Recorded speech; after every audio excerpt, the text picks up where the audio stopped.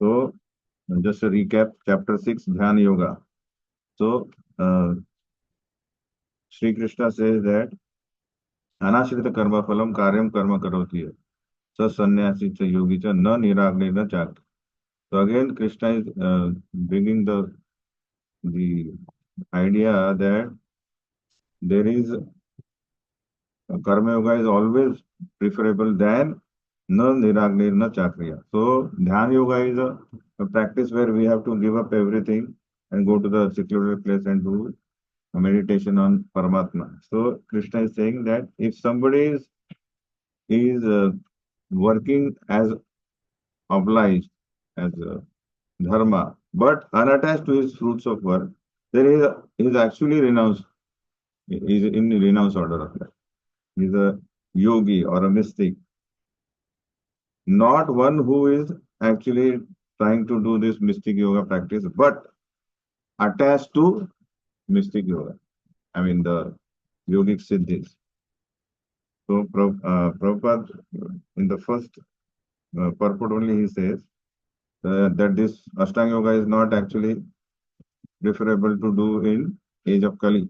Second thing he says, in comparison, that because mystic yogi, although he is very accomplished in controlling his senses and mind, but he has a desire to satisfy his own self, personal self. But a practitioner in Krishna consciousness, his entire motto is to satisfy Krishna. That's why he's perfect yogi and a perfect sannyas, not one who is accomplished in controlling the mind and so forth, but he has a material desire. So second verse says, Yam sannyasam iti prahur yogam tam vidya pandava, nahi sannyasta sankalpo yogi bhavati kasyana. So renunciation and yoga is same, that is linking oneself to Krishna. But one cannot become yogi unless he gives up the desire for sense gratification. In the sense, personal motive is the main criteria where we can see whether one is yogi or not. That is the main thing. So there are two stages in this yoga practice. One is Aruruksha Yoga stage, sorry, Yoga Rurukshu stage, and that is the beginning stage. And the accomplished stage is Yoga Rudha, Yoga Rudha. So this yoga, that means linking with Krishna, we have seen the ladder. Ladder in the sense, a transcendentalist starts Athato Brahma Jigyasa, trying to search for absolute truth. Then first he comes to the ladder of, I mean the step of Jnana Yoga. I mean, before Jnana Yoga, we see that there is a Sakam Karma Yoga, Nishkam Karma Yoga, but it is a sort of fighting within one's personal sense gratification only, and personal idea, right? Sakam Karma means I want to enjoy my fruits of my work. Nishkam is I don't want, but still I am attached to particular type of work. So it is also not acceptable. So yoga, so that's why Prabhupada writes that the what is yoga ladder? The the yoga ladder may be divided into three parts. I mean, and before that is given that according to various elevations, different parts of ladder are known by different names. So basically, there are three steps to yoga ladder, but we may consider Sakam and Nishkam Karma Yoga as a ladder, two steps in the ladder, because in Kali Yuga, most of the population will be falling into this category of wanting to satisfy one's personal sense. Artho, Artharthi, Jigyasu, Jnani, like that. But ideally, it starts with the Jnana Yoga. But Jnana Yoga, what is the motive of Jnani? To attain knowledge, speculation. Jnani means, oh, I have something other to something else to say on this topic. I don't stick to the others' opinion. Okay, I agree. No, Jnani means or Muni means he disagrees because he has something to say. These are also attached. Dhyana yoga is they are attached to yoga siddhis. And then Bhakti Yoga is a ladder where actually it's a perfect stage. So again, text 4, Krishna says, Yada hi nendriyarthishu no karma sanusajjate sarva sankalpa sannyasi yoga rudas tadvati. So unless a yogi gives up, renounces all material desires, he cannot be said to be an elevated stage of yoga. So he gives up sense gratification and also duty active. So Prabhupada writes that generally a living entity is as anandamaya abhyasa. So he needs engagement. So when somebody has no knowledge about the higher entity, that is Supreme Brahman, then he will generally act in sense gratification because he can't live without engagement. And these generally, what are these stages of this self-aggrandizement and self-motive? First is personal sense gratification, and second is extended sense gratification. That oh, I want to do something for others. For that, I will get name and stuff. So that is also extended sense gratification, extended selfishness, you can say. But Krishna conscious person has no such motive because his motive is to satisfy Krishna. So Prabhupada writes, those who do not have this realization that I am a part and parcel and Krishna is the complete whole, and my happiness, satisfaction is only when I satisfy Krishna, they go to this material, mechanical dhyana yoga process to come to ideally come to where bhakti yoga, because higher rank is bhakti yoga. So who plays a vital role in yoga practice, dhyana yoga? Mind, because unless you control mind, there is no use of doing yoga. So udharet atmana atmanam atmanam avasadayat atmeva hi atmano bandhur atmeva ripuratmana. So there are various mentions of atma here, atma, atma, atma. So Prabhupada writes that different circumstances, atma is mentioned for various things, body, mind, and soul. Right? Like sometimes we say that if we are hungry and then we eat sumptuous food, full to our satisfaction, then we say Atma Shant ho gaya, Atma satisfied ho gaya. So what do you mean by that?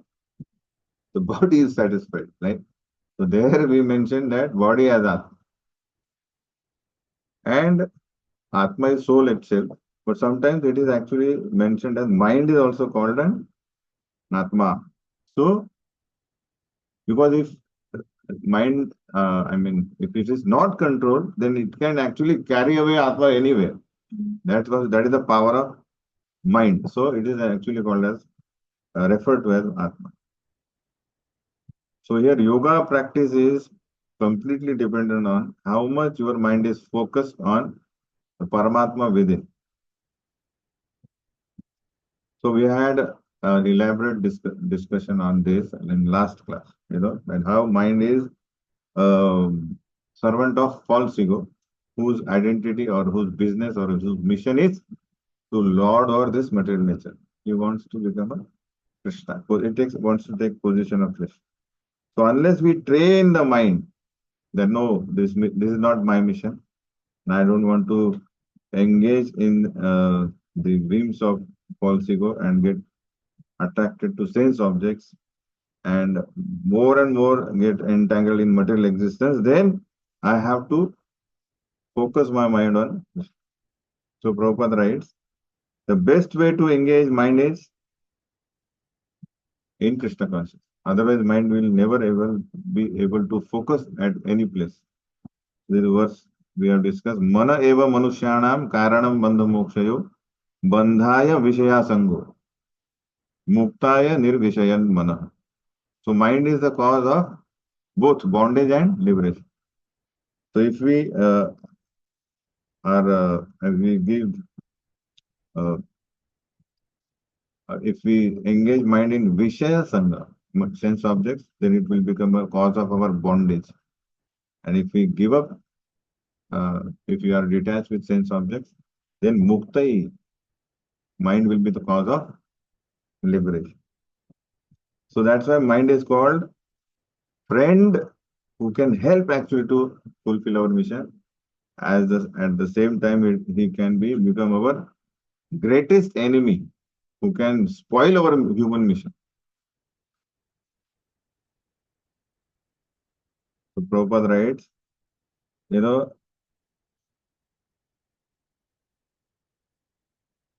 mind is like, if uncontrolled mind is like, a spy.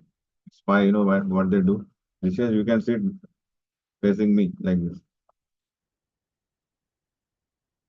You know, like sometimes countries send their spies to another enemy country, and the spy goes like he accepts the citizenship of that country. I am your countryman. He learns that language, he learns the culture, he lives like that only. He marries that particular country girl, and he is identified that citizens like they are he is among ones us only. But then he fulfills his mission because he has another mission. Similarly, the mind is the uncontrolled mind is like this kind of uh, enemy who will pose himself as our greatest friend. That whenever you are in dejection, I will give you satisfaction and happiness by proposing the dictation of lust, anger, avarice, and illusion. I mean, these six anarthas, jealousy, modamoha, matsarya. And if we fall for that, then our human mission will go. Why? Because the yoga practice is, we have seen this example of body is like a tree and there are two birds. Again, who are the birds? Atma and Paramatma, two birds. So in the tree, one bird is always, his mission is to eat fruits, sense gratification. So he's constantly jumping from one branch to another branch. For what? Eating fruits. Who is this bird? Atma, soul. Sometimes he gets a sweet fruit, so he's become happy. But sometimes it's a bitter fruit, so he becomes unhappy. And in this way, on this branch there are no fruits now. Then he jumps to another branch. That is taking another body. One body after one. Birth, death, old age, disease. But he forgets that there is a one bird is there, his friend, super soul. He can satisfy all needs. Right? So yoga practice. So here what we are seeing is dhyana yoga means this bird, Atma bird is now trying to focus completely on this another bird. This Paramatma is not in the business of eating fruits, material sense gratification. But he's just saying when he'll turn to me.